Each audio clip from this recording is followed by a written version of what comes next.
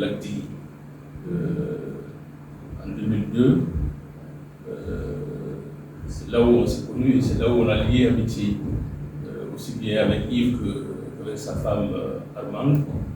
Et j'étais très heureux par la suite que Yves soit nommé comme directeur de l'ACDI ici à Bamako, ce qui explique qu'il connaît beaucoup de partenaires, il connaît beaucoup de réseaux ici au Mali et il a gardé un souvenir très positif donc, de son passage dans notre pays. Ce qui fait que lorsque son épouse est décédée, il a tout de suite pensé qu'il était important de garder un lien avec donc, le Mali.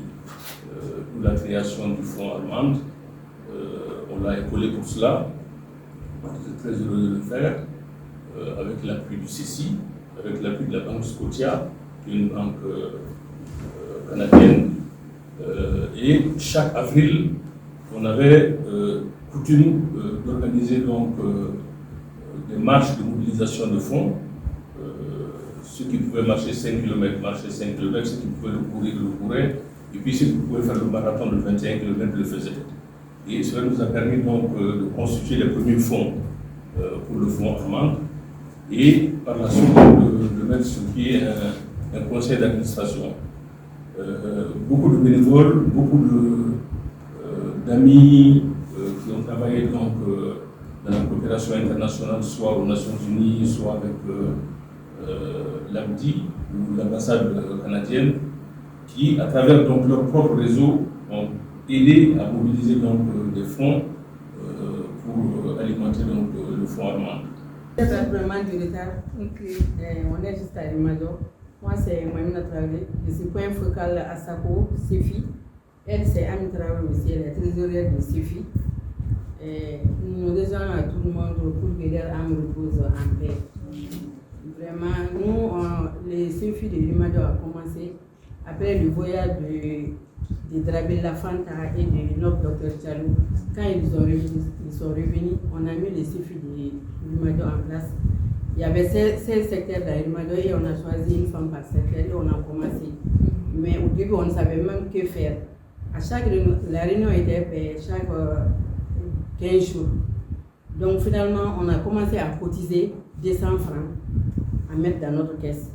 Maintenant, quand Mme Armand est venue une fois là, elle nous a demandé qu'est-ce qu'on fait. On dit que le comité a été mis en place, mais nous-mêmes, on ne sait pas ce qu'il fait. On est en train de mettre quand même un petit fonds de côté. Donc, à son deuxième passage maintenant, elle est venue avec un montant de 200 000 francs. Et elle a ajouté à notre fonds. Donc, c'est à partir de ce fonds-là qu'on a commencé les microcrédits. On prenait 10 000 francs, 15 000 francs et on remboursait avec un taux d'intérêt de 10%. C'est comme ça là qu'on est parti. Maintenant, quand elle est décédée aussi, quand Yves est venu, il nous a raconté, on a expliqué le problème.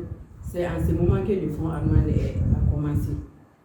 Donc, non seulement le microcrédit a été augmenté, on nous a demandé les activités qu'on voulait faire. Donc, on a proposé comme activité les démonstrations institutionnelles, les microcrédits et puis la formation du groupe. Donc, quand le groupe a été formé, on a ajouté maintenant d'autres femmes. Au lieu que ça soit 7 femmes maintenant, il y a eu un deuxième groupe. Parce qu'on avait un fonds suffisant maintenant pour le microcrédit. Maintenant, la SACO a commencé aussi à nous confier, parce qu'on a commencé la cantine. Avec la soupe de Gravella, là, nous, à notre niveau, on a eu des problèmes. Parce que la nuit, quand on n'était pas là, les seules femmes n'arrivaient pas à vendre la soupe. Donc nous, on a proposé maintenant à la SACO, comme le CESCOM de Rimado est un peu éloigné du centre, si on pouvait préparer quelque chose pour les médecins de garde et puis tous ceux qui fréquentent les centres. Donc la SACO nous a appris dans ce sens et on a commencé la cantine. On a commencé la cantine même avec un petit kiosque. Mais après, à cause du fonds Armande, là maintenant, on a même pu construire un hangar, on a eu un réfrigérateur, on a eu beaucoup de choses à partir du fonds Armande. Ça me surprend vraiment l'heure, parce que nous avons fait cependant la rentrée l'année dernière. L'impact que le fonds a fait sur l'autonomisation des occupantes des violences là-dessus déjà, je peux dire que c'est à 10%, 15%. Parce que le One Stop Center, la police, on appelle ça MTIA, on a pour mission d'assurer la prise en charge holistique des survivants des violences là-dessus déjà. Et ensuite, il y a la réinsertion. L'insertion économique des survivants. Donc, à travers le fonds, on a pu réinsérer 30 survivants dans la fabrication du savon. Le savon artisanal et les pots. On en fait les pots ici. Donc, je peux dire qu'aujourd'hui, nous sommes au niveau de la supervision. Moi, personnellement, je suis en train de superviser ces 30 femmes qui ont bénéficié du fonds allemand. Il y a, parmi ces 30, il y a 4 aujourd'hui qui sont en train vraiment de voler des circonstances. 4 parmi ces 30. Il y a une qui est même une excellente, elle a même pu faire des savons et dénommer ses savons, appelés savons Aya. Et elle m'a même fait vraiment un témoignage qui m'a dit toujours la semaine passée.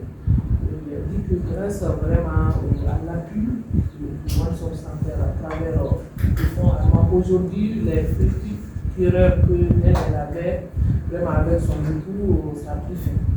Parce que chaque fois, elle venait demander à son époux, il faut me donner du savon, il va acheter du savon, il va acheter du sucre, ainsi de suite. Et qu'aujourd'hui, elle-même, elle peut assurer vraiment ces petites dépenses sans vraiment importuner son époux.